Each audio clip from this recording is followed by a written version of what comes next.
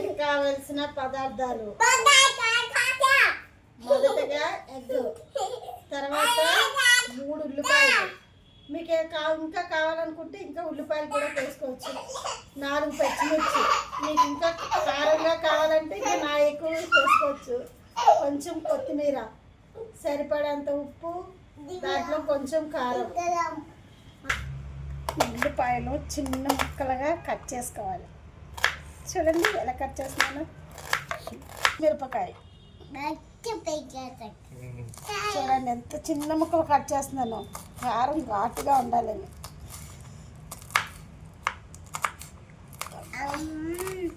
కొత్తిమీర,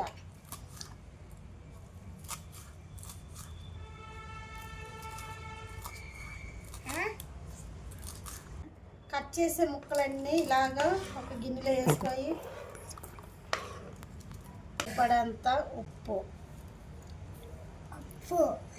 సరిపడంత కొంచెం కారం, ఎందుకంటే మిర్చి వేసుకున్నాం కాబట్టి కొంచెం కారం వేసుకుంటే సరిపోతుంది. కలపాలి.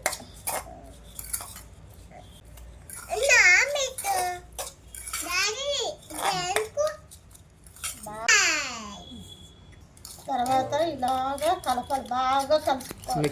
కారం ఉప్పు ఇవన్నీ వేసాం కదా, బాగా మిక్స్ చేసి పొయ్యి వెలిగించుకున్న తర్వాత ఇలాగా పెనం పెట్టుకోవాలి. పెనం పెట్టిన తర్వాత కొంచెము సరిపడంత ఆయిల్ వేద్దాం. చూడండి నూనె వేడైందో లేదో కొంచెం ఇలా పెట్టి చూడాలి, వేడైనట్టుంది. మనం కలుపుకున్న మిశ్రమాన్ని ఇందులో వేద్దాం.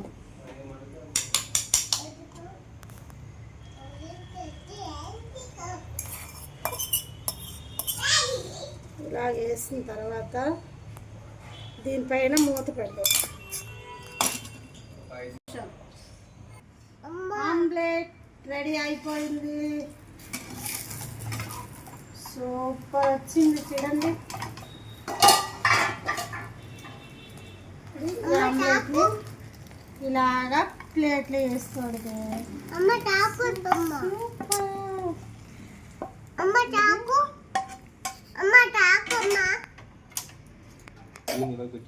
మమ్మీ ఆమ్లెట్ 5 నిమిషాల్లో రెడీ అయిపోయింది ఆమ్లెట్. ఇప్పుడు ఇది పప్పులో అయినా చారులో అయినా ఎందులో అయినా వేసుకు తినొచ్చు. హెల్దీగా ఉంది, సూపర్ ఉంది. సూపరా శివ చెప్పు, సూపర్ అని.